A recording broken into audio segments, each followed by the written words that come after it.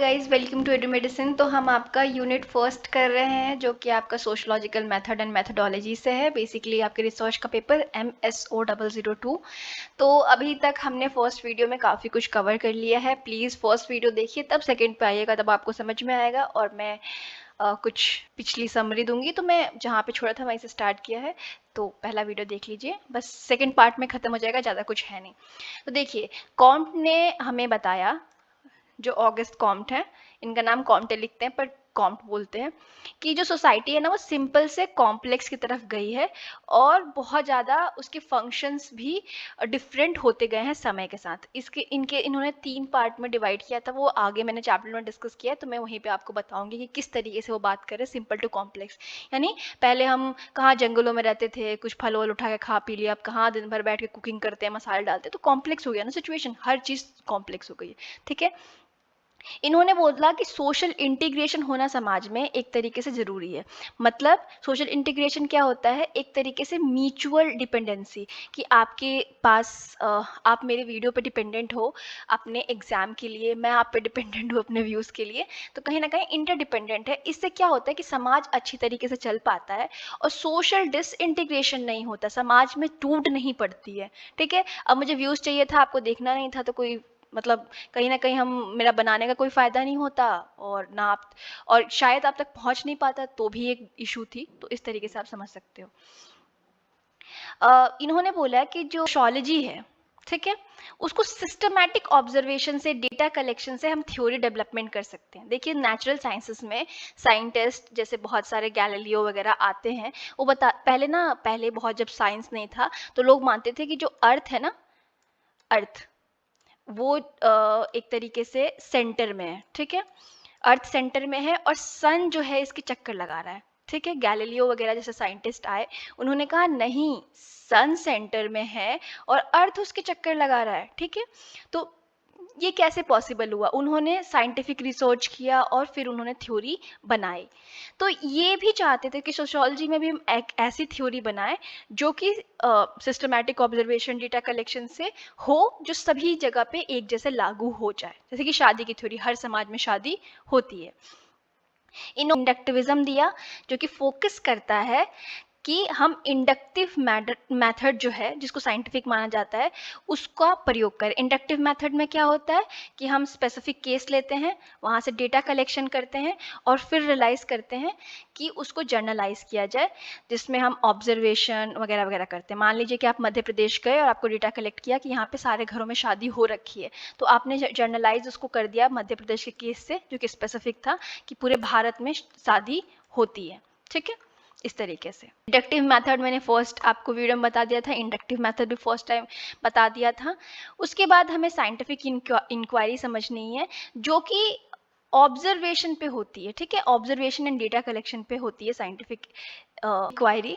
इसमें हम deductive process भी यूज़ करते हैं, यानी हम एक जर्नल थ्योरी लेते हैं और उसको स्पेसिफिक पे लगा देते हैं। यानी भारत में शादी होती है तो मध्य प्रदेश में भी शादी होती होगी, डिडक्टिव प्रोसेस। ठीक है, इंडक्टिव पॉजिटिविज्म, जैसे कि मैंने बताया था कि कॉम्ट ने कहा था कि सिंपल से कॉम्प्लेक्स हमारी सोसाइटी बनी है। ठीक है, ऑगस्ट कॉम्ट ने, तो उन्होंने कहा कि सबसे पहले ना एज ऑफ रिलीजन था, यानी जो एकदम सिंपल जो मनुष्य थे, एकदम पुराने एंशिएंट प्राचीन टाइम के, वो हर चीज़ रिलीजन पे मानते थे कि जो भी चीज़ हुआ है वो गॉड की वजह से हुआ है, बारिश हो रही है गॉड की वजह से हुआ है, सूरज निकल रहा है गॉड की वजह से, कोई मर गया गॉड की वजह से।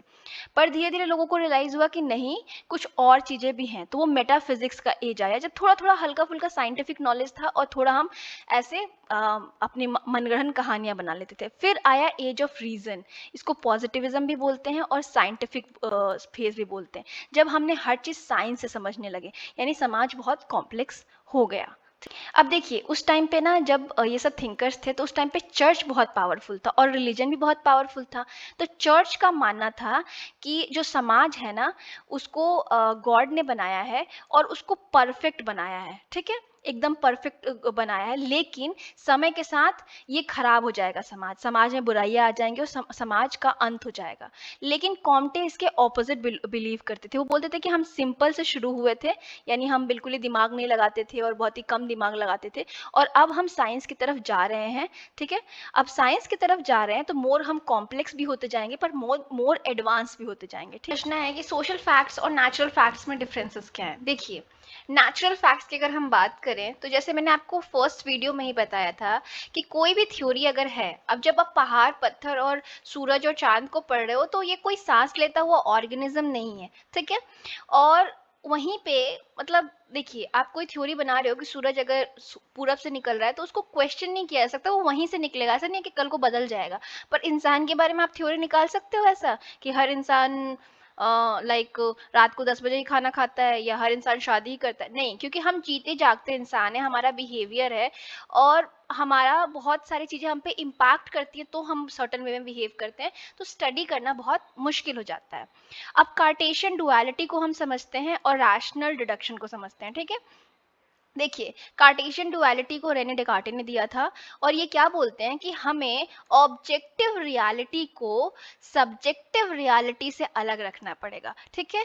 अब क्यों ऐसा बोलते हैं, अब इसको समझिए। देखिए, ऑब्जेक्टिव रियलिटी क्या होती है?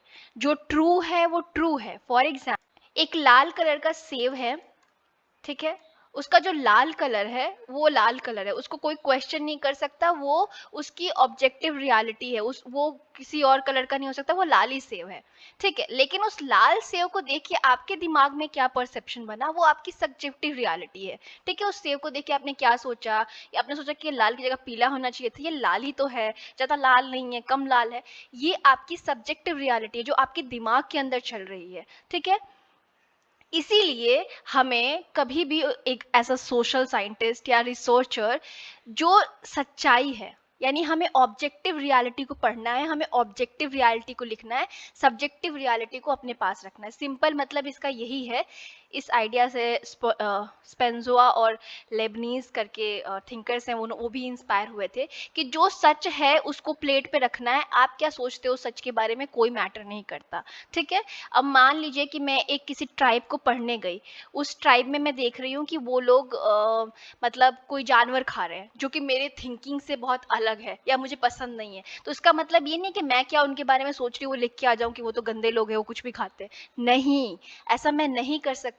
मेरा काम क्या है कि मैं ऑब्जेक्टिव रियलिटी को सामने रखूंगी एज ए रिसर्चर, मैं वही लिखूंगी जो वो खा रहे थे। मेरा क्या सोचती हूँ, मेरे क्या विचार है, वो मैटर नहीं करते। अब जब हम बात करें ऑब्जर्वेशन की, जब भी ऑब्जर्वेशन आता है आप समझिए कि हम साइंस की बात कर रहे हैं या साइंटिफिक थ्योरी बनाने की बात कर रहे हैं। अब सोशल साइंसेज में ऑब्जर्वेशन कैसे हो सकता है?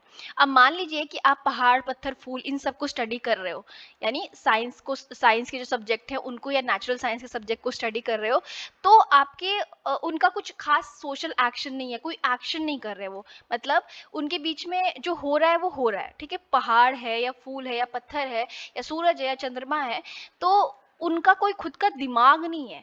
जब हम कल्चर को पढ़ते हैं या समाज को पढ़ते हैं या कुछ भी इस तरीके के पढ़ते हैं जो ह्यूमन से संबंधित है, तो उसमें ब्रेन का एस्पेक्ट आ जाता है और उसको स्टडी करना कॉम्प्लेक्स हो जाता है, ठीक है। अब हम बात करें कि जब सोशल साइंसेस बनने लगी तो इनमें डेटा कलेक्शन कैसे होता था।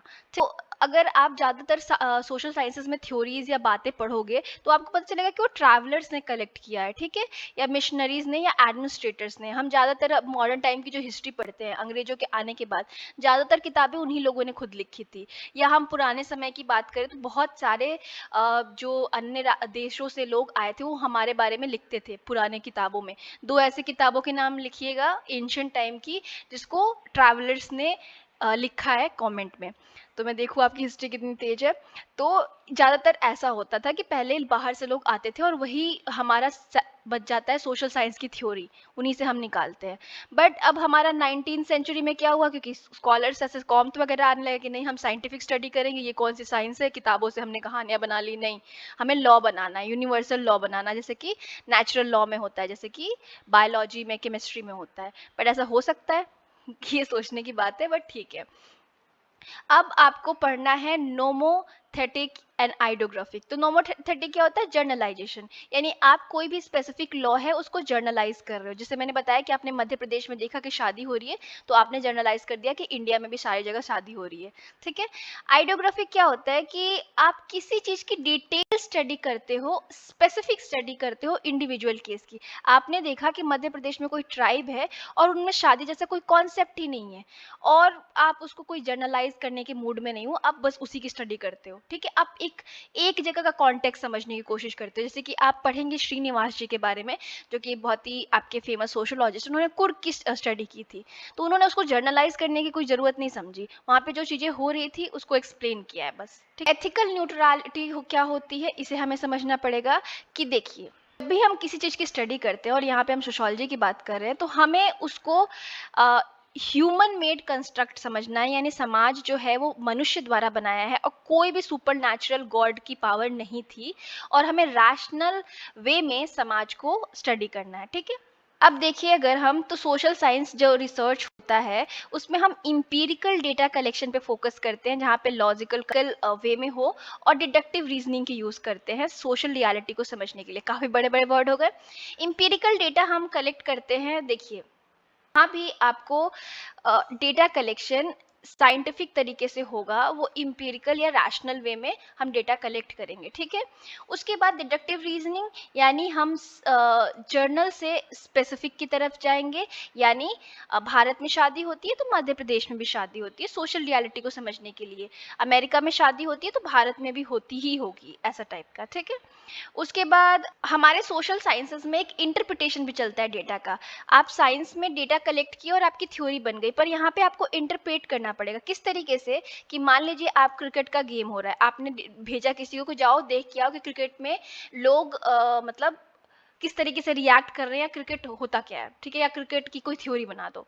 तो आप जब तक उसका सोशल या कल्चरल कॉन्टेक्स्ट नहीं समझोगे तो आप इंटरप्रेट नहीं कर पाओगे। आप एक इंसान के कुछ भी नहीं पता इसके बारे में, क्यों लोग इतना चिल्ला रहे हैं, क्या हो रहा है, या शादी का कॉन्सेप्ट आपको नहीं पता है और आपको भेज दिया गया, तो आपको समझ में नहीं आएगा कि दो लोग क्यों एक दूसरे को हार पहना रहे हैं, क्यों लोग खुश हो रहे हैं। यानी जब भी आप सोशल साइंस में रिसर्च करते हो, आपको इंटरप्रिटेशन और उसका कल्चरल कॉन्टेक्स्ट समझना बहुत जरूरी है। यानी आपको अंडरस्टैंडिंग होनी चाहिए कि वो हो क्या रहा है, तब आप डेटा कलेक्ट करोगे। ठीक है, यही आपका चैप्टर था। Thank you so much. कल आपका सेकेंड और थर्ड चैप्टर भी जल्दी आ जाएगा। सो वीडियो को शेयर करना बिल्कुल भी मत भूलिएगा और कमेंट छोड़ना भी मत भूलिएगा। All the best, have a nice day.